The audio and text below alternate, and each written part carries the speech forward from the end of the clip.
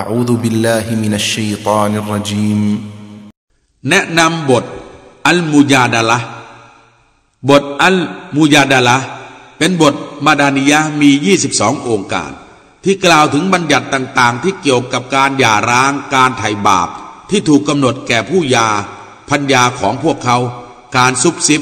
มัญญาตในที่ประชุมการนำสิ่งของบริจาคมาเสนอห้ามไม่ให้รักใคร่ศัตรูของอัลลอฮ์นอกจากนี้ยังได้กล่าวถึงพวกกลับกรอกและชาวยิวอีกด้วย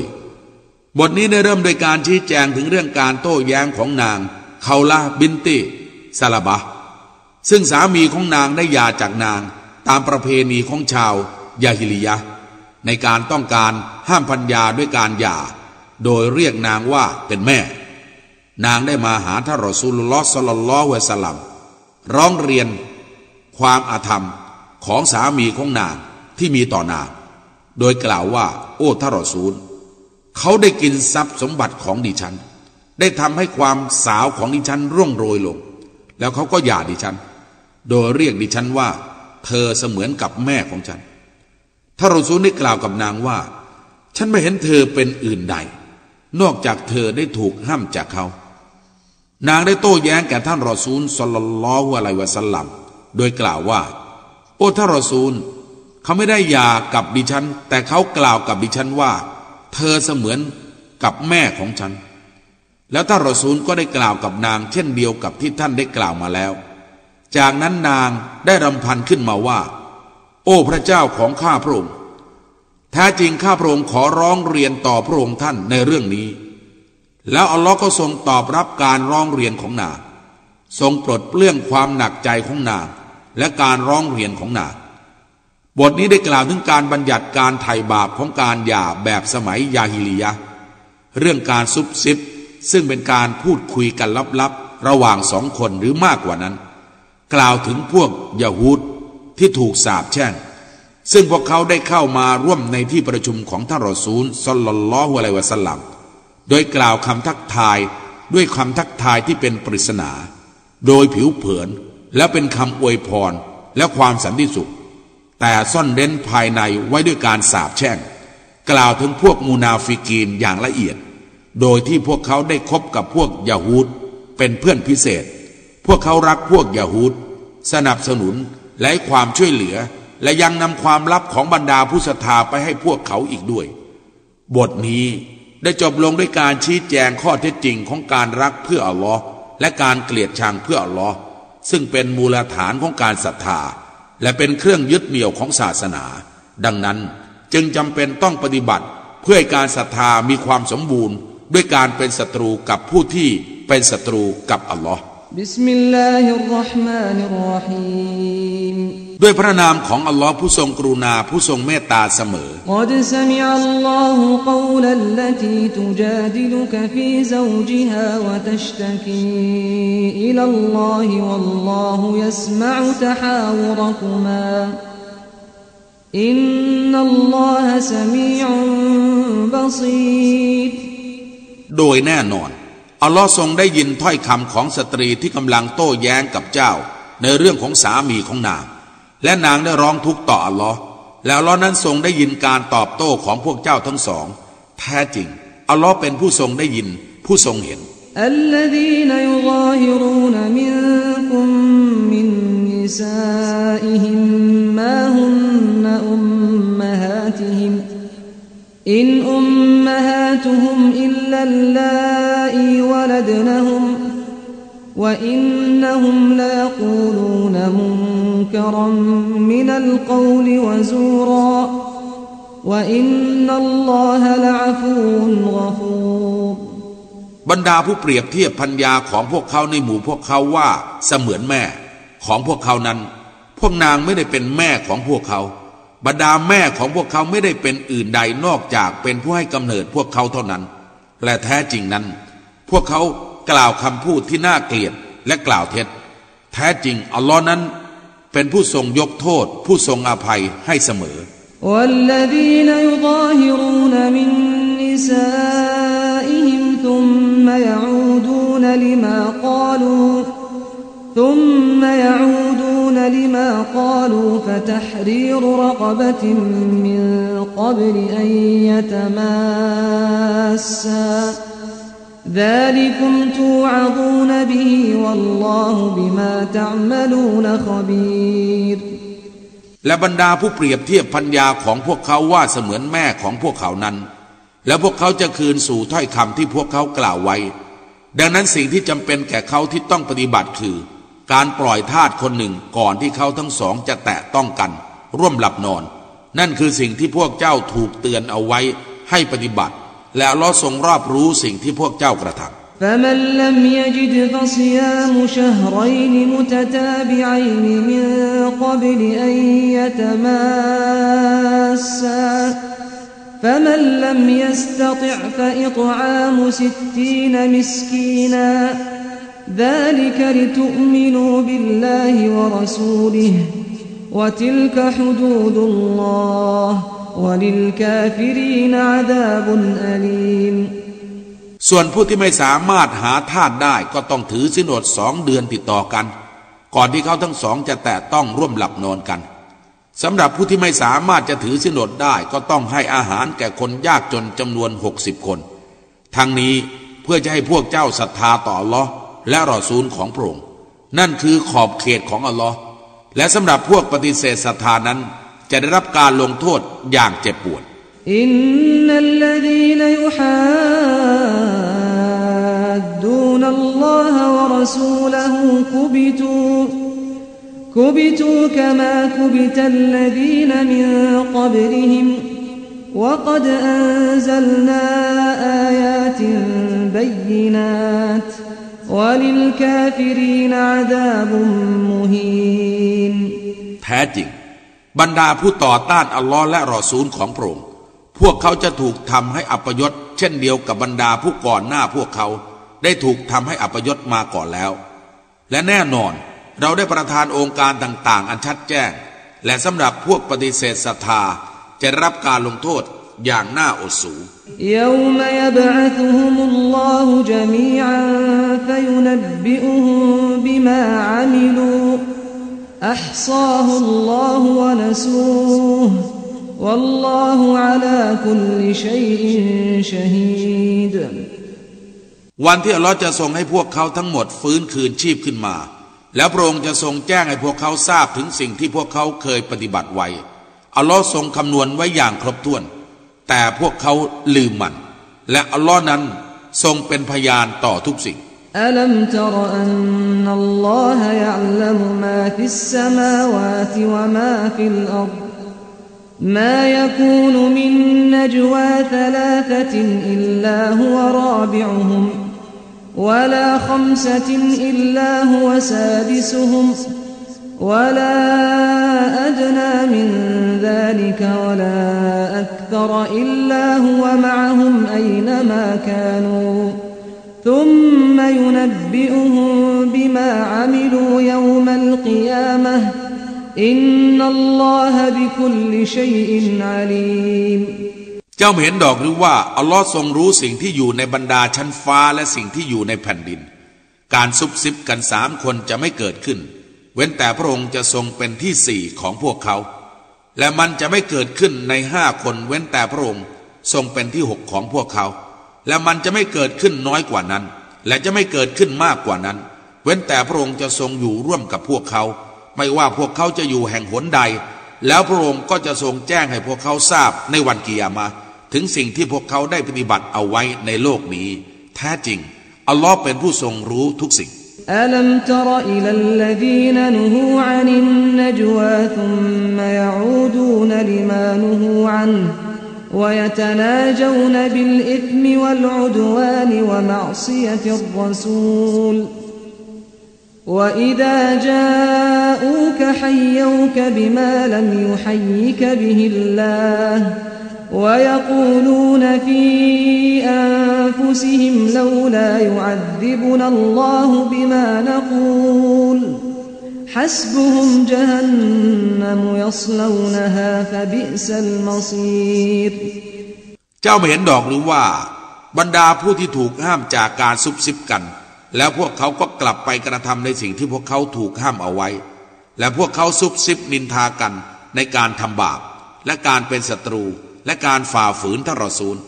และเมื่อพวกเขามาหาเจ้าพวกเขาจะกล่าวทักทายไม่เหมือนที่อัลลอฮ์ทรงกล่าวทักทายด้วยคำพูดนั้นและพวกเขากล่าวในหมู่พวกเขาว่าทำไมอัลลอฮ์จึงไม่ทรงลงโทษตามที่เราได้กล่าวทักทายมุฮัมมัดนรกนั้นเป็นการพอเพียงแก่พวกเขาแล้วพวกเขาจะถูกให้เข้าไปในนั้นซึ่งมันเป็นทางกลับที่ชั่วร้ายยิ่งยาอัยยูฮัลลซีนอามานูอิซาตนาจัยตุมฟะลาตะตะนาจวบิลอิธมวัลอุดวานวะมะอซิยะติรรอซูลวะตะนาจวบิลบิรวัตตักวาวัตตักุลลอฮะลลซีอิลัยฮิตุฮชะรูนโอ้ผู้ศรัทธาทั้งหลายเมื่อพวกเจ้าซุบซิบต่อกันก็อย่าได้ซุบซิบต่อกันด้วยการทำบาปและการเป็นศัตรูและการฝ่าฝืนท่านรอซูลแต่จงซุบซิบกันเพื่อทำความดีและการยำเกรงพวกเจ้าจงยำเกรงอัลลอฮ์ผู้ซึ่งพวกเจ้าจะถูกรวบรวมให้กลับไปหาพระองค์อินนัมันนัจวามินัชชัยฏอนลิยะฮซุนัลลซีนอามานูวะลัยซะบิฎาริฮิมชัยอันอิลลาบิอิซนิลลาฮ์วะอะลัลลอฮิฟัลยะตะวักกะลิลมุอ์มินูนแท้จริงการซุบซิบนินทากันนั้นเป็นการงานของชัยฏอนเพื่อมันจะก่อความเสียใจให้แก่บรรดาผู้ศรัทธาแต่มันจะไม่ให้ร้ายแต่อย่างใดแก่พวกเขาเว้นแต่ด้วยอนุมัติของอัลลอฮ์และเฉพาะอัลลอฮ์เท่านั้นที่บรรดาผู้ศรัทธาทั้งหลายมอบความไว้วางใจยาอัยยูฮัลลซีนอามานูอิซากีลลักุมตัฟัสซะฮูฟิลมะจาลิสฟัฟซะฮูยัฟซะฮิลลาฮุละกุมوإذا قيل انشزوا فانشزوا يرفع الله الذين آمنوا منكم والذين أوتوا العلم درجات والله بما تعملون خبير โอ้ผู้ศรัทธาทั้งหลายเมื่อมีเสียงกล่าวแก่พวกเจ้าว่าจงขยายวงประชุมพวกเจ้าก็จงขยายเพราะอัลลอฮ์จะทรงขยายที่ให้กว้างขวางแก่พวกเจ้าในวันกิยามะห์และเมื่อมีเสียงกล่าวว่าจงลุกขึ้นยืนจากที่ประชุมนั้นพวกเจ้าก็จงลุกยืนเพราะอัลลอฮ์จะทรงยกย่องเทิดเกียรติแก่บรรดาผู้ศรัทธาในหมู่พวกเจ้าและบรรดาผู้ได้รับความรู้หลายขั้นและอัลลอฮ์ทรงรอบรู้ยิ่งในสิ่งที่พวกเจ้ากระทำยาอัยยูฮัลลซีนอามานูإذا ناجيتم الرسول فقدموا بين يدي نجواكم صدقة ذلك خير لكم وأطهر فإن لم تجدوا فإن الله غفور رحيم โอ้ผู้ศรัทธาทั้งหลายเมื่อพวกเจ้าจะปรึกษาหารือกับท่านรอซูลเป็นการส่วนตัวพวกเจ้าจงบริจาคทานก่อนการปรึกษาหารือของพวกเจ้านั่นเป็นการกระทำที่ดีสำหรับพวกเจ้าและเป็นการทำจิตใจให้ผ่องใสหากพวกเจ้าไม่สามารถหามาบริจาคได้แท้จริงอัลลอฮ์เป็นผู้ทรงอภัยผู้ทรงเมตตาเสมออัชฟักตุมอันตุกัดดิมูบัยนยดัยนจวาคุมศดกาตفإذ لم تفعلوا وتاب الله عليكم فأقيموا الصلاة وآتوا الزكاة وأطيعوا الله ورسوله والله خبير بما تعملون พวกเจ้ากลัวการบริจาคก่อนการปรึกษาหารือเป็นการส่วนตัวของพวกเจ้ากระนั้นหรือหากพวกเจ้าไม่ได้กระทำเช่นนั้นอัลลอฮ์ก็ทรงให้อภัยโทษให้แก่พวกเจ้าแล้วดังนั้นพวกเจ้าจงปฏิบัติละหมาดและบริจาคซะกาตและจงภักดีต่ออัลลอฮ์และรอซูลของพระองค์และอัลลอฮ์นั้นเป็นผู้ทรงรอบรู้ยิ่งในสิ่งที่พวกเจ้ากระทำอะลัมตะรอิลัลลซีนตะวัลลัวกอมันฆฎิบัลลอฮุอะลัยฮิมมาฮุมมินกุมวะลามินฮุมมาฮุมมินกุมวะลามินฮุมวะยะฮลิฟูนอะลัลกะซิบวะฮุมยะอ์ละมูนเจ้ามิเห็นบรรดาผู้ที่เป็นมิตรกับกลุ่มชนหนึ่งที่อัลลอฮ์ทรงกลิ้วเขาดอกหรือ พวกเขาไม่ได้เป็นพวกของพวกเจ้าและไม่ได้เป็นพวกของพวกเขายะฮูดและพวกเขาจะสาบานในเรื่องโกหกทั้งนั้นทั้งที่พวกเขาก็รู้ดีอยู่อะอัดดัลลอฮุละฮุมอะซาบันชะดีดาอินนะฮุมซาอะมาคานูยะอ์มะลูนอัลลอฮ์ทรงเตรียมการลงโทษอันสาหัสไว้ให้แก่พวกเขาแล้วแท้จริงพวกเขานั้นสิ่งที่พวกเขากระทำไปนั้นช่างชั่วช้าจริงๆอิตตะคอดูอัยมานะฮุมจุนนะตันฟะซัดดูอันซะบีลิลลาฮิฟะละฮุมอะซาบุมมุฮีนพวกเขาได้ยึดถือเอาการสาบานของพวกเขาเป็นโล่ป้องกันแล้วพวกเขาก็ขัดขวางผู้คนให้ออกจากทางของอัลลอฮ์ดังนั้นสำหรับพวกเขาจะรับการลงโทษอย่างน่าอดสูلا تغني عنهم أموالهم ولا أولادهم من الله شيئا أولئك أصحاب النار هم فيها خالدون ทรัพย์สมบัติของพวกเขาและลูกหลานของพวกเขาจะไม่ช่วยให้เขารอดพ้นไปจากการลงโทษจากอัลลอฮ์ไปได้แต่อย่างใดชนเหล่านั้นเป็นชาวนรกโดยพวกเขาจะพำนักอยู่ในนั้นตลอดกาลيوم يبعثهم الله جميعا فيحلفون له كما يحلفون لكم ويحسبون أنهم على شيء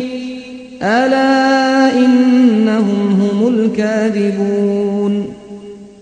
วันที่อัลลอฮ์จะทรงให้พวกเขาฟื้นคืนชีพขึ้นมาทั้งหมดแล้วพวกเขาก็จะสาบานต่อพระองค์ดังเช่นที่พวกเขาสาบานต่อพวกเจ้าและพวกเขาคิดว่าแท้จริงพวกเขาอยู่บนสิ่งหนึ่งแห่งความจริงแล้วพึงทราบเถิดว่าแท้จริงพวกเขาเป็นคนโกหกอิสตัฮวะดะอะลัยฮิมุชชัยฏอนฟะอันซาฮุมซิกรัลลอฮ์อุลาอิกะฮิซบุชชัยฏอนอะลา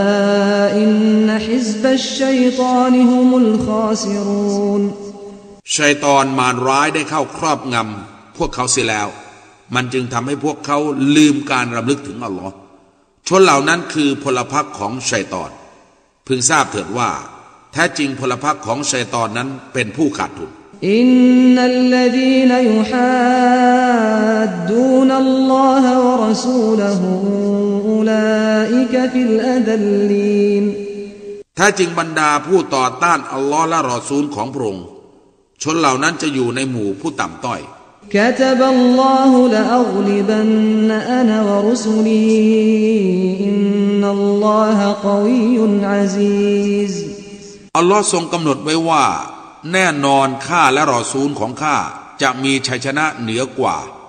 แท้จริงอัลลอฮ์นั้นเป็นผู้ทรงพลังผู้ทรงเดชานุภาพ لا تجد قوما يؤمنون بالله واليوم الآخر يوادون من حاد الله ورسوله ولو كانوا آباءهم أو أبناءهم أو إخوانهم أو عشيرتهم أولئك كتب في قلوبهم الإيمان وأيدهم بروح منه ويدخلهم جنات تجري من تحتها الأنهار خالدين فيها رضي الله عنهم ورضوا عنه أولئك حزب الله ألا إن حزب الله هم المفلحون เจ้าจะไม่พบกลุ่มชนใดจะศรัทธาต่ออัลลอฮ์และวันปรโลกจะรักใคร่ชอบพอผู้ที่ต่อต้านอัลลอฮ์และรอซูลของพระองค์ถึงแม้ว่าพวกเขาจะเป็นพ่อของพวกเขาหรือลูกหลานของพวกเขาหรือพี่น้องของพวกเขาหรือเครือญาติของพวกเขาก็ตามชนเหล่านั้นอัลลอฮ์ทรงบันทึกการศรัทธาไว้ในหัวใจของพวกเขาและได้ทรงเสริมพวกเขาให้มีพลังมากขึ้นด้วยการสนับสนุนของพระองค์และจะทรงให้พวกเขาได้เข้าสวนสวรรค์อันหลากหลายซึ่งมีแม่น้ำหลายสายไหลผ่านอยู่เบื้องล่างโดยพวกเขาจะเป็นผู้พำนักอยู่ในนั้นตลอดกาลอัลลอฮ์ทรงโปรดปรานพวกเขาและพวกเขาก็ยินดีปรีดาต่อพระองค์ชนเหล่านั้นคือพลพรรคของอัลลอฮ์พึงทราบเถิดว่าแท้จริง พลพรรคของอัลลอฮ์นั้นเป็นผู้ประสบความสำเร็จ